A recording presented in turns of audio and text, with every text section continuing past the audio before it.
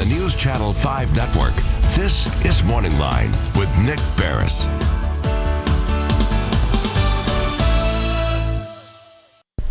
Good morning, everyone. Thanks for joining us on MorningLine. I am Nick Barris. I hope most of you know that, but we may have some new viewers. We go into potentially up to 500,000 homes every morning on this show, which makes us one of the top-rated cable programs in this entire market, which I'm very proud of, and it's great. And I hope a lot of you are joining us.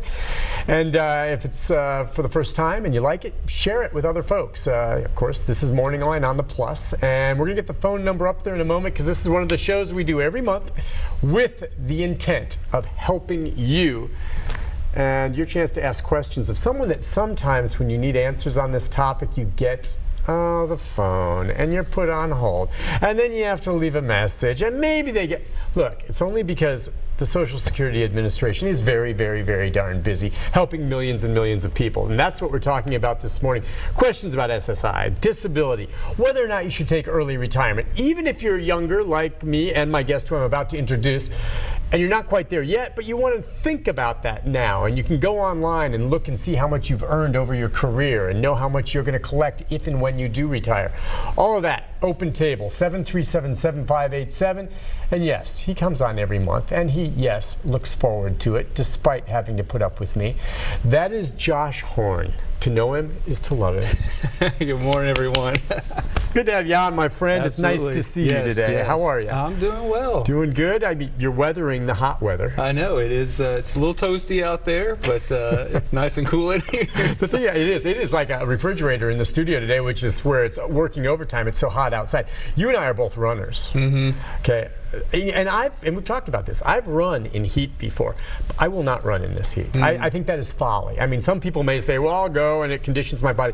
Yes, I've run in 80, maybe even low 90s in the past. But when you're talking heat index over 100 or something, I just think it's foolish. I will not run in the. Do you? Even early in the morning? Once. I started seeing black spots. I decided not to do that again. Just don't do it. It's just too hot. Yeah. Even in the morning or at night because the humidity hits you, so you don't do it. Huh? In the early morning, that's usually when I'm out there. Yep. Maybe. Yep. So that's the only time you can. Yeah. You didn't run this morning because you were excited about coming on the big show. I was shaking. I was so excited. So.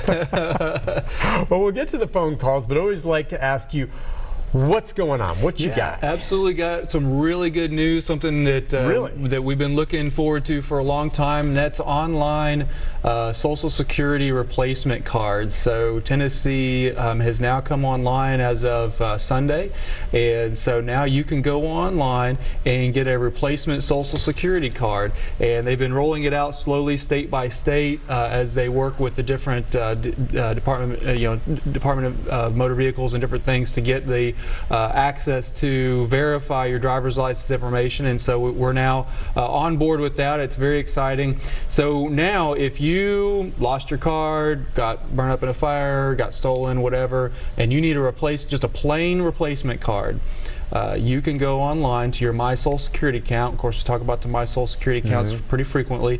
And one of the reasons why we did that is because we knew that this was coming, and you can go on there and order a replacement card without ever having to get out of your home or ever having to stand in line at the Social Security office or anything like that. So it's very exciting. It is kind of a phase one, so to speak. It's just for plain replacement cards. So it's, if you need to change your name because you got married or divorced, if you've never had a Social Security card, or if you're trying to get a card for your children or somebody besides yourself, that's not online yet.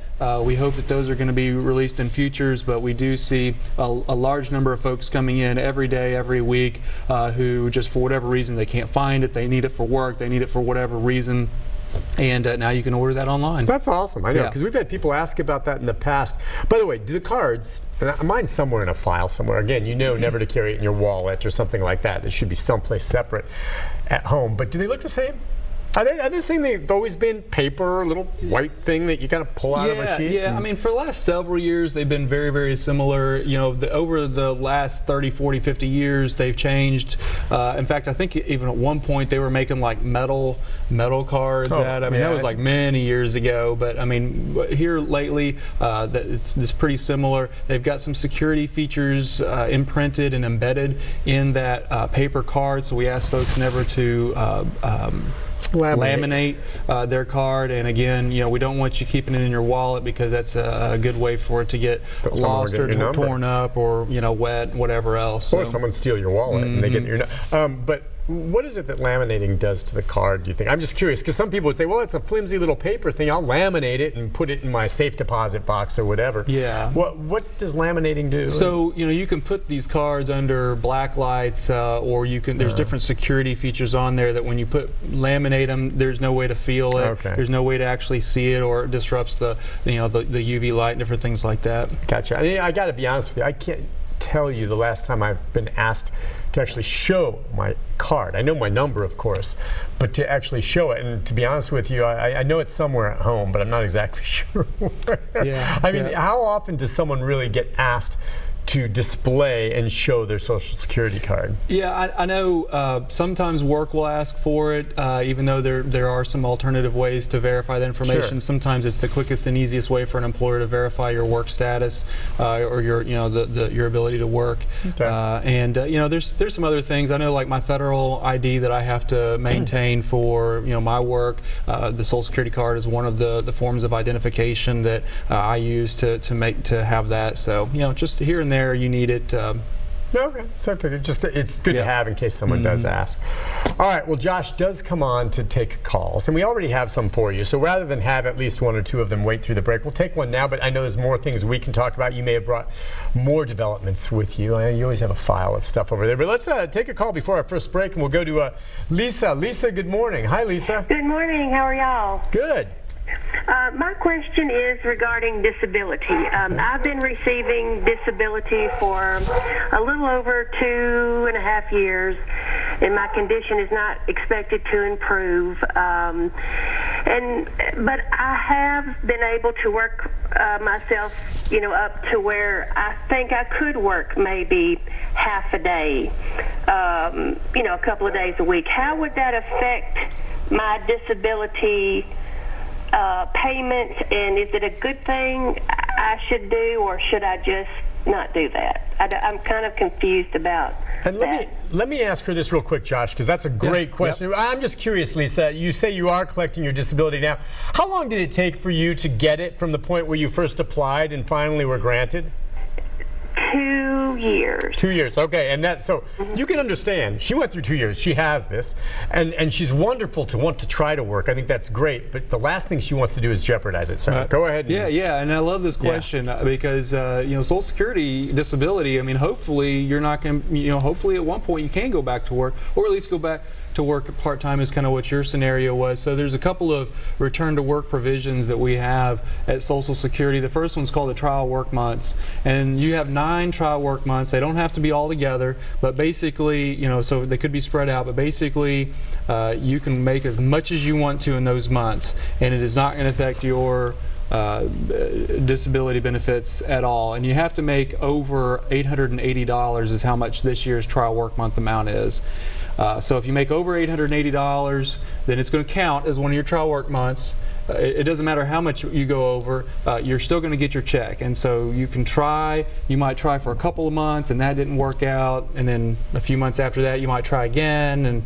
But eventually when you use up those 9 trial work months, you move into the next phase, which is called the extended period of eligibility. And basically it's a 3-year period where if you don't make over the earnings limit, then we'll go ahead and pay you. If you do go over, we won't pay you. We'll go back and forth with you for about 3 years, so you can try. If that doesn't work out again, you can hold off. You can find something different. But what's the earnings limit? Yeah, that earnings limit's about $1,200 per month. And so after that 36 months, after that 36-month period, the first month you go over that $1,200 is when your benefits will completely stop. So if you're working part-time, you're making under $1,000, you're probably not going to ever, And that sounded like what she was talking about. So your answer is if she works, like she said, a couple of days a week, maybe part-time on those 2 days, she's not going to be making more than $1,000 a month. Yeah, and that's why it's interesting. Some people say, well, I know a neighbor that's on disability and I see him or her working.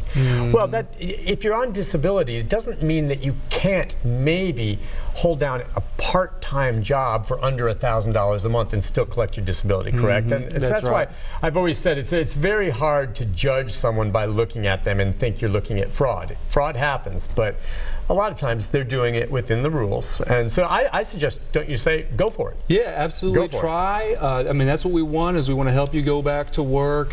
You can actually, with your My Social Security account, we now have online wage reporting. So you can go into your online account and report how much your earnings, do a work report so that we can communicate that way. Or you can call or mail in, however you want to contact us and let us know, hey, I went back to work. This is how much I'm making, so it's not over the limit, but we can go ahead and record that for you. Very good. All right, listen, great question, Lisa. Good luck with that. I wish you well. Let's take a break. When we come back, we've got Tommy and 2 other callers on there as well. It's filling up. The lines are open, 737-7587. We're going till 9 o'clock with Josh Horn from Social Security. So if you have a question or you know someone who may have one, call them. Say, get to Morning Line right now on the Plus and give a call. We'll do the best to answer your questions right after this.